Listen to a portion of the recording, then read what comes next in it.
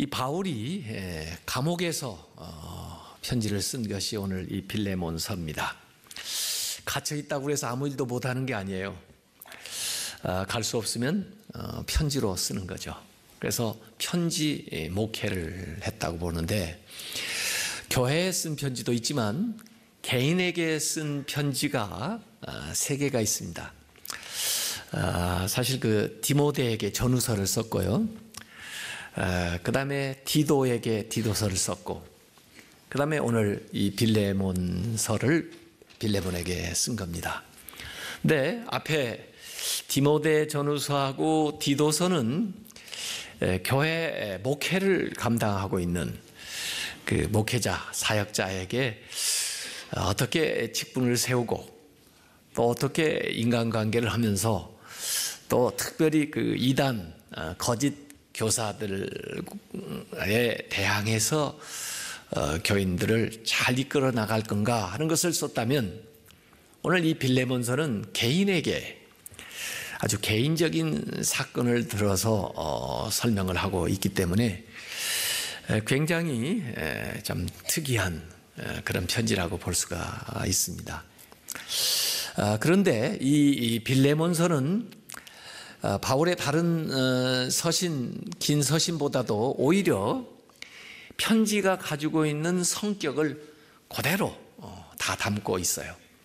그래서 이 서신서의 그 성격이 아주 잘 드러나는데, 보내는 사람, 받는 사람, 그리고 앞에 하는 인사가 나오고요. 7절까지. 그 다음에 오늘 읽은 8절부터 22절까지는 이야기하려고는 본론의 내용이 나와 있고요. 그리고 22절부터 25절 마지막까지는 마지막 문안 인사로 매듭을 짓는 이런 형식인데, 이게 편지가 가지고 있는 아주 독특한 그 형식이 고스란히 이 빌레몬서에 잘 담겨 있다, 이렇게 볼 수가 있는 겁니다. 자, 오늘 이 빌레몬서는 1장 1절 시작하는 거 보니까 그리스도 예수를 위하여 갇힌 자 된 바울과 및 형제 디모데는, 그러니까 보내는 사람은 바울하고 디모데고, 받는 사람은 우리의 사랑을 받는 자요 동역자인 빌레몬. 근데 빌레몬 혼자만 받는 게 아니고 그 이름이 같이 나와요. 자매 암비아. 이 암비아가 누굴까? 빌레몬의 아내예요. 빌레몬의 아내. 빌레몬의 부인 암비아. 와, 또 우리와 함께 병사된 아기뽀. 우리와 함께 병사됐다는 것은 십자가의 병사죠. 세상 군대가 아니고 하나님의 말씀을 전하는 사역자죠.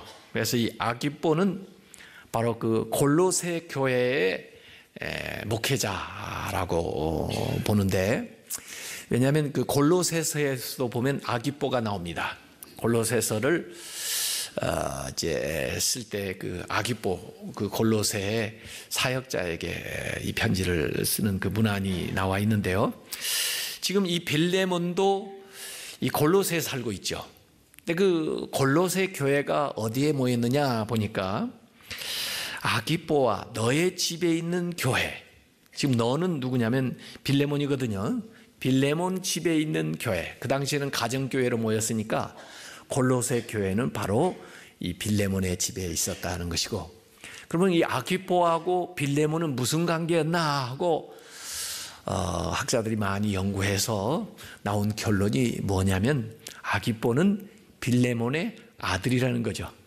그래서 그 아들인데 골로새 교회를 목회하고 있는, 그래서 또 바울하고 잘 알고 있는 그런 사람이에요. 이 골로새는 사실 바울이 직접 가서 교회를 세운 건 아니지만은 이렇게 그곳에 있는 분들을 잘 알고 그들에게 골로새서도 썼고, 또 개인적인 편지인 빌레몬서도 써가지고 보내는 것을 볼 수가 있습니다.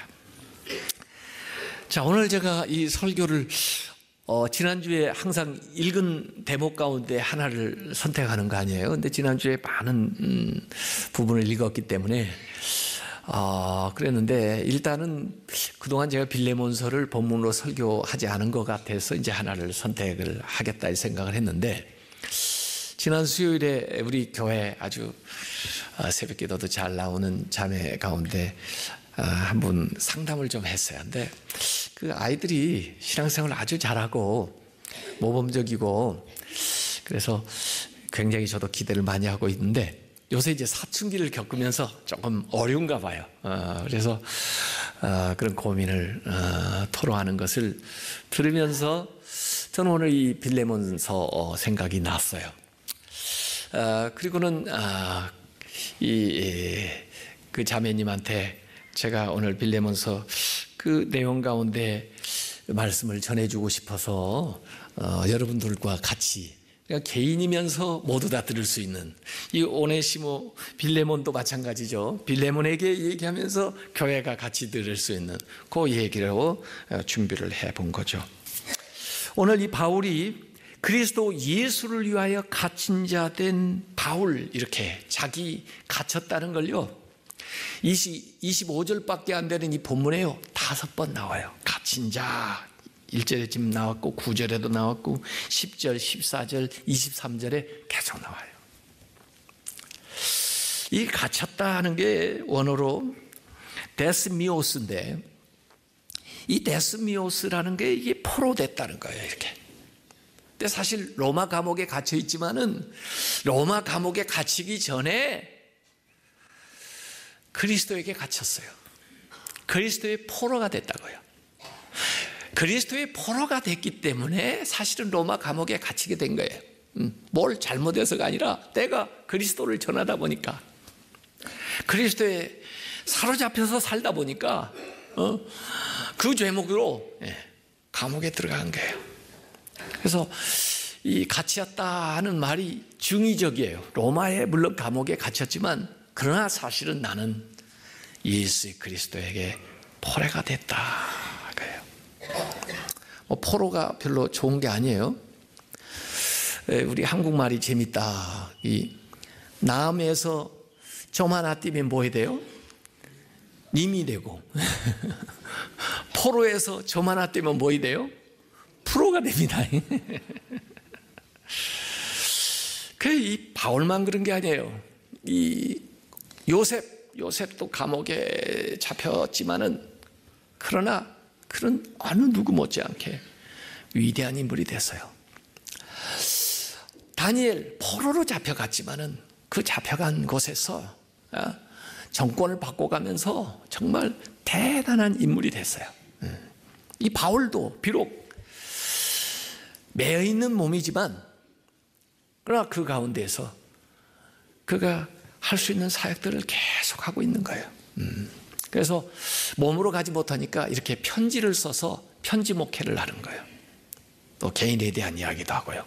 더구나 이 로마 감옥에서 누구를 만났느냐면 오네시모를 만났어요. 사실 바울은 지금 복음을 전하다가 들어왔으니까 무슨 흉악한 죄를 진 건 아니에요. 이를테면 요새로 말하면 무슨 양심범 정도 될까요? 그러나 이 오네시모는 아마 남의 것을 훔치거나 어떤 범죄를 저질러 가지고 들어온 것 같아요. 잡범이죠. 감옥에 가도 서로 구별이 된다고요. 그런데 이 오네시모가 감옥에 와가지고 정말 만나야 될 사람을 만난 거예요. 그게 바울이에요. 그리고 그 바울을 통해서 예수 그리스도를 알게 되고 예수 믿는 사람이 된 거예요. 그래서 바울이 이 오네시모를 소개할 때 내가 갇힌 가운데에서 낳은 아들이라 그래요. 감옥에서 낳은 아들. 어떻게 남자가 이렇게 큰 사람을 낳아요? 그 중생했다는 얘기죠. 중생. 복음으로 낳았다는 얘기죠. 하나님의 말씀으로 새로워진 오네시모. 그러니까 바울이 감옥에 있어도 사역은 여전히 계속되고, 오네시모가 감옥에서 바울을 만났지만 인생 어떠한 만남보다도 더 복된 만남이 그곳에서 이루어졌다고 볼 수가 있는 거죠. 자, 이 감옥에 내가 갇혔다 하는 것을 5번 얘기했다고 그러는데요. 왜 이렇게 5번씩이나 쓰고 있을까? 지금 빌레몬한테 부탁하는 편지를 쓰고 있잖아요. 근데 내 처지가 좀 더 어려워 보이면 어때요? 좀 동정심을 살 수가 있죠. 예. 그래서 다른 서신에는 물론 갇힌 거 얘기를 해도 이렇게 강조해서 얘기하지 않는데, 나 갇힌 자 된 바울은 너에게 간구한다, 이렇게 얘기해요. 이 간구한다는 것도 2번 나오는데요.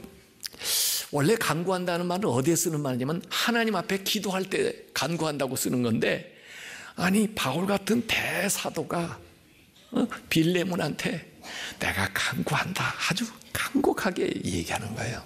정말 자신을 굉장히 낮춰가면서 이야기를 하는 거예요. 더구나 나이가 많은 나 바울은 그렇게 얘기해요. 나이가 많은 나 바울, 내가 나이살이나 먹어가지고 너한테 참 부탁을 하나 꼭 할 게 있어서 편지 쓴다 하니까 얼마나 간절하게 겸손하게 부탁을 하고 있는지 모르겠어요. 그러면서 네가 나를 동역자로 안다면, 내가 네 동역자라면 요 얘기 좀 들어달라. 17절에 그러고 19절에는 내가 친필로 쓴다 그랬어요. 다른 것은요, 바울이 그저 이렇게 얘기해가지고 대피를 하게 한 편지도 있어요.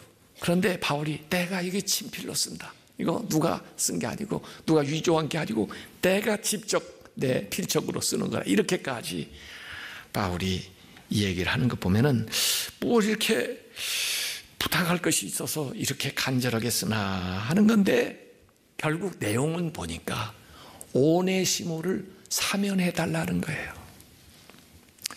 사면 청원서예요.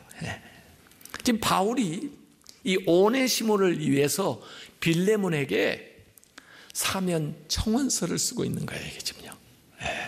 그래서 이 개인의 문제를 이만큼 자세하게 바울이 쓰고 있다는 것을 보는데, 저는 이걸 읽으면서 예수님의 심정이 막 느껴지더라고요.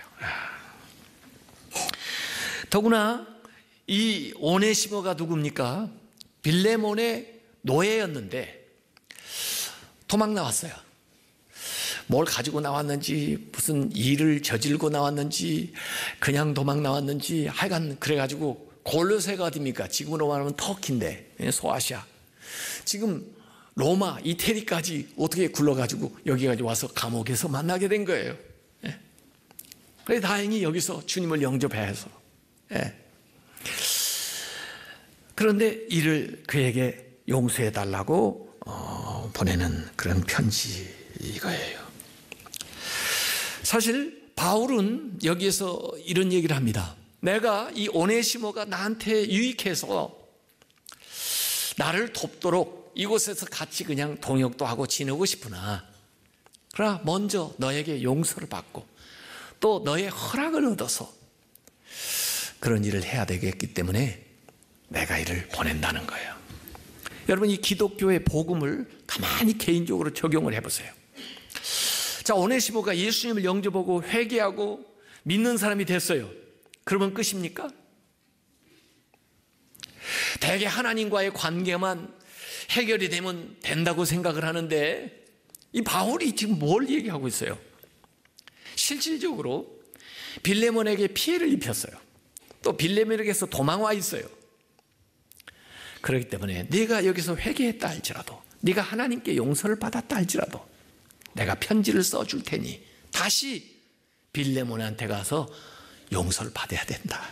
또 그의 허락을 얻어야 된다는 거예요. 원래 이 빌레몬이라는 이름은요, 필리아에서 온 말이에요. 필리아라고 하는 건 사랑, 우정이죠, 우정. 그래서 필레몬 그러면 사랑의 사람이에요, 사랑의 사람. 그래서 실제로 자기 집을 교회로 내놓고 사역자들을 후원하고 또 특별히 바울을 이렇게 동역하면서 있었던 훌륭한 분이에요. 그런데 잘 생각을 해보세요. 우리가 교회 안에서는 믿음 생활 잘하고 우리끼리는 잘 지내는데, 그런 분이라도 직장에 가서 자기 부하들에게 어떻게 대하세요? 아니 자기 종이었고 자기한테 손해를 입힌 이 사람이 돌아오면 어떻게 대할 것 같아요? 그 태도가 같아야 되는데 사실은 그러지 못하는 경우가 많이 있거든요. 같은 처지에 있는 사람들에게는 잘 대하다가도 타인들에게 그냥 종 같은 이런 사람들에게는 꼭 믿음 가지고 있는 사람이라 할지라도 그런 마음으로 대하지 못한다면 그건 좋은 믿음이 아니죠. 그래서 바울이 여기에 부탁을 하고 있습니다. 물론 잘 읽어보면 두 개의 부탁이 나와요. 하나는 좀 쉬운 건데 오늘 22절 마지막 절에 읽었던 거예요. 오직 너는 나를 위하여 숙소를 마련하라. 이 골로새에 갈 때 숙소를 마련을 좀 해달라 이런 건데 뭐라고 했냐면 너희 기도로 내가 너에게 나아갈 수 있기를 바라노라. 저는 이 표현도 너무 좋아해요. 너희 기도로 내가 너에게 나아갈 수 있기를 바란다. 내가 그냥 언제 가겠다가 아니고 기도 좀 해달라. 그래서 너희 기도 길을 타고 내가 그 응답으로 너에게 가기를 원하노라. 근데 실제로는 바울이 못 갔을 것 같아요. 왜냐하면 감옥에서 결국 나중에 순교를 당했거든요. 이 하나의 부탁을 했어요. 그 다음에 또 하나가 이제 어려운 건데 이 오네시모를 잘 받아들여 달라, 용서해 달라 하는 거예요. 그래서 바울은 이 빌레몬과의 관계에 보면 사도니까 영적인 아버지에 해당하니까 내가 명령할 수 있다. 받아들여. 그럴 수 있으나 난 그러고 싶지 않다. 네 자의로, 자발적으로, 내 마음에서 우러나는 사랑으로 그를 진심으로 용서해주고 받아들이기 바란다. 그래서 14절에 너의 그 선한 일이, 너가 하는 그 일이 억지같이 되지 아니하고 자의로 되게 하려 함이라. 네가 선한 일을 하는데 억지로 하지 말고 자의로 해라. 사실 제가 목회의 방향 가운데 굉장히 중요한 포인트가 이겁니다. 우리가 신앙생활 하면서요, 우리가 어렸을 때는 물론 부모의 지시를 따라서 또 명령에 따라서 또 때로는 강요해서 할 수 있지만 그건요 자기 믿음이 아니에요. 훈련은 되죠.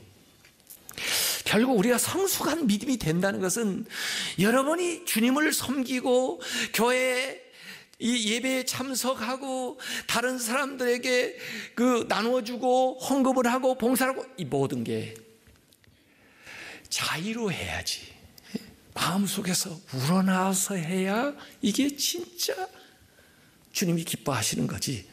자꾸 누가 시켜가지고 할 수 없어서 또 강요해서 하게 되는 건 좋은 게 아니거든요. 바울이 지금 빌레몬에게 그렇게 얘기를 하고 있는 겁니다. 바울은 노예이면서 더구나 도망자인 그 오네시모를 다시 그 주인 빌레몬에게 보내면서 이 오네시모하고 자기를 동일시하고 있어요. 오네시모를 나처럼 좀 여겨달라. 나를 대하듯이 맞이해달라. 그리고 오네시모가 너한테 피해를 끼친 그것이 있으면 나한테 다뤄놔라. 내가 대신 갚겠노라. 이렇게 얘기하는 거예요. 그래서 18절에 보면 그가 만일 너에게 불의를 하였거나 너에게 빚진 것이 있으면 그것을 내 앞으로 계산하라. 이 오네시모하고 바울이 자기를 동일시하는 거예요. 그래서 마치 내가 그 죄를 짊어진 것처럼, 내가 마치 용서를 받아야 될 사람인 것처럼, 내가 빚을 진 사람인 것처럼 빌레몬 앞에 서는 거예요. 여러분, 이게 예수님입니다. 예수님이 오네시모 같은 우리를 위해서 하나님 앞에 대신 서는 거예요. 그래서 내가 갚을 수 없는 빚을 대신 갚아준 거예요. 그게 십자가입니다. 그게 바로 오늘 이건 실제 삶을 통해서, 실제 이야기를 통해서 바로 은혜가 어떻게 이 세상에서 적용되어 나타나는가 하는 것을 보여주는 거예요. 그래서 이 기독교의 신앙은 결코 교회 안에서 우리끼리만 이렇게 예배드릴 때만 적용되는 게 아니에요. 실제 인간관계 속에서 주인과 종, 그리고 또 이 실제 감옥과 삶의 이 얘기 속에서 진행이 되는 거죠. 바울은 이렇게 확신하고 있습니다. 11절에 그가 전에는 너에게 무익하였으나 이제는 너와 나에게 유익하다. 무익한 자가 얼마든지 유익한 자가 될 수 있다는 것이 기독교의 복음입니다. 저는 믿습니다. 언제라도 여러분이, 저는 제 아이들에게도 그랬어요. 언제라도 와서 새롭게 살아볼랍니다. 지난 날은 잊어주세요. 그러면 다 잊을 각오가 돼 있어요. 오늘부터 새롭게 보고 싶습니다. 새로운 관계를 맺고 싶습니다. 새로운 걸 기대하고 싶어요. 세상은 어떻습니까? 너 이전에 이랬으니까, 너 이전에 나한테 이랬지, 너 이전에 이런 놈이지, 편견과 이걸 바꾸지 않기 때문에, 그에 대한 기대를 하지 않기 때문에 그는 여전히 그런 삶을 계속 사는 겁니다. 우리가 우리 자녀에게, 우리가 대하는 사람에게 나는 언제라도 당신에 대한 인상을 바꿀 준비가 되어 있습니다. 그것이 기독교의 복음입니다. 바울이 얘기하는 거예요. 그가 이전에는 그래, 너한테 손해를 끼치고 너한테 별로 도움도 안 되고 그런 사람이었는지 모르지만은 내가 확신하건대 이제는 유익한 자다. 왜? 지금 그가 나한테 유익한 자라는 거예요. 그래서 나한테도 유익한 것처럼 너한테도 유익한 자가 될 걸 확신한다. 그가 유익한 존재이기 때문에 내가 내 곁에 두고 같이 일하고 싶지만은 너한테 허락을 받지 않고 이렇게 하는 건 온당치 못해서 내가 너한테 보낸다는 얘기거든요. 무익한 자가 얼마든지 유익한 자가 될 수 있다. 두 번째는요, 도망갔던 자가 자기 발로 다시 돌아올 수 있다는 거예요. 여기 15절에 아마 그가 잠시 떠나게 된 것은, 그래 그가 떠난 건 사실이지만 아마 하나님의 섭리가 너로 하여금 그를 영원히 두게 함이라. 이걸 통해서 네가 그를 오히려 더 그 몸뿐만 아니라 그 마음까지 영원히 너와 함께 하기 위한 그런 섭리가 있는지 어떡하냐. 아마 바울은 하나님의 섭리를 얘기하는 것인지 몰라요. 하나님의 섭리 우리가 모르지만은 그 아이가 지금 탈선을 하고 그 아이가 방황하는 것은 하나님께서 그 아이를 다시금 하나님의 귀한 아들로 당신에게 세워주기 위함인지 모르겠습니다. 제가 그 오늘 상담했던 분에게 주고 싶은 말이에요. 요셉도 그랬어요. 자기 의사가 아니었지만은 집을 떠나고 팔려가고 감옥까지 갔어요. 그러니까 결국 그게 끝난 게 아니에요. 그걸 통해서 모든 사람을 구원하고 자기 가족들을 구원하고, 그래서 우리가 고난받는 거, 우리가 어려움 당하는 거 때때로 이게 힘들어지만은 그게 참으시고 그 고난을 통해서 더 영원한 영광이 우리에게 온다 이거예요. 하나님 모든 것을 합력해서 선을 이룰 수 있다 이거예요. 그걸 믿는 것이 우리의 믿음입니다. 그런 믿음을 갖게 되면은 사람을 대하는 태도가 달라져야 됩니다. 마지막으로 노예가 형제가 될 수 있다는 걸 얘기하는 거예요. 노예. 아까 재산가치밖에 없는 동물처럼 그냥 노동력으로 부리는 정도 했는데 16절에 바울이 얘기했어요. 이후로는 종과 같이 대하지 아니하고, 종이었었지만 종 이상으로 곧 사랑받는 형제로 둘 자라. 내가 얘기한 것보다 네가 더 해줄 줄 안다. 이렇게 바울이 이야기를 하고 있는 거예요. 아마 오네시모한테는 그렇게 틀림없이 얘기했을 겁니다. 바울이 너 더 잘해야 돼. 가서 믿는 형제라고, 믿는 주인이라고 우습게 하면 안 돼. 너 이전보다 더 배나 노력해야 돼. 틀림없이 오네시모한테는 얘기했을 거예요. 그러나 빌레몬한테는 너 종으로 대하지 말고 이제부터는 형제로 대. 내가 얘기한 것보다 너하고 관계가 더 오래되고 네가 더 잘하니 내가 말한 것보다 네가 더 잘해줄 줄 안다. 이게 바울의 이야기예요. 그래서 바울이 뭐 다른 것들은 교리적으로 여러 가지를 설명을 하고 있었지만은 오늘 이 빌레몬서는 실제적인 케이스에 그 믿음이, 우리가 배운 그 교리가 어떻게 적용되는가 하는 케이스를 아주 실제로 들어가지고 딱 보여주는 겁니다. 이 기독교의 복음이에요.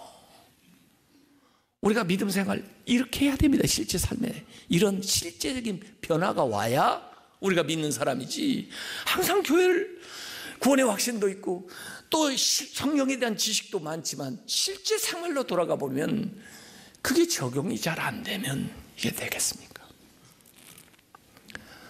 오늘 이 말씀들을 우리가 읽고 묵상할 때 우리 삶의 일들을 통해서 실천이 되고 말씀이 실제 삶으로 스며드는 그런 성도들이 다 되시길 주님의 이름으로 축원합니다.